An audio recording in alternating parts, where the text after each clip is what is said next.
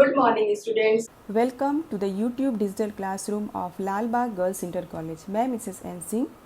मेरा आज का लेक्चर क्लास 11th के लिए है। बच्चों, आज आप अपना फर्स्ट चैप्टर जो बहुत ही इंटरेस्टिंग है उसका नाम है from the beginning of time, यानी कि समय की शुरुआत से। इस चैप्टर में हम पढ़ेंगे मानव विकास की कहानी के बारे में। आप जानेंगे कि मानव कब और किस रूप में सबसे पहले अस्तित्व में आया था। ऐसा माना जाता है कि सबसे पहले मानव पृथ्वी पर 56 लाख वर्ष पहले ऐसे प्राणियों का उद्भव हुआ जिन्हें हम मानव कह सकते हैं। इसके बाद कई रूप बदले और कालांतर में लुप्त होते चले गए। आज हम जिस रूप में मानव को देखते हैं, जिन्हें हमने आगे आधुनिक मानव कहा है, वैसे लोग 1,60,000 वर्ष पहले पैदा हुए थे। हम कह सकते हैं कि आधुनिक मानव वे लोग थे जो ये जान गए थे कि जानवरों का शिकार कैसे करना है अथवा पेड़ पौधों से कंद मूल, फल, बीज इत्यादि बटोर कर अपना पेट भरना है। अब हम शुरुआती मानव इतिहास को समझने के क्या क्या स्रोत होते हैं उनके बारे में जानेंगे,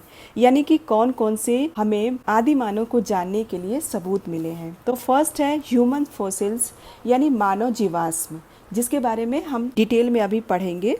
केव पेंटिंग्स है, गुफा चित्र है, इसके द्वारा हम जान पाते हैं। स्टोन टूल्स हैं, यानी पत्थर के औजार हैं। और सबसे important act of creation bye God, यानी भगवान द्वारा सृजन का कार्य। तो फर्स्ट हम पढ़ते हैं ह्यूमन फॉसिल्स के बारे में, यानी मानव जीवाश्म के बारे में। तो जीवाश्म एक अत्यंत पुराने पौधे, जानवर या मानव के उन अवशेषों या छापों के लिए प्रयोग किया जाता है जो एक पत्थर के रूप में बदलकर प्रायः किसी चट्टान में समा जाते हैं या फिर लाखों साल तक उसी रूप में पड़े रहते हैं। अब हम नेक्स्ट जानेंगे केव पेंटिंग्स के बारे में। गुफा चित्र। गुफा चित्र यूरोप और अफ्रीका की गुफाओं की दीवारों पर ज्यादातर मिले हैं। इतिहासकारों का मानना है कि शिकार करने में सफलता प्राप्त करने और अपने आने वाली पीढ़ी को ये बताने की कोशिश करते थे कि किस तरह से शिकार किया जाए। यह भी माना गया कि गुफाएं संगम स्थल थी जहां लोगों के छोटे छोटे समूह मिलते थे। नेक्स्ट हम पढ़ेंगे स्टोन टूल्स, यानी पत्थर के औजारों के बारे में। पत्थर के औजार बनाने और प्रयोग करने के प्रारंभिक साक्ष्य हमें अफ्रीका महाद्वीप के इथियोपिया और कार्निया से मिले हैं।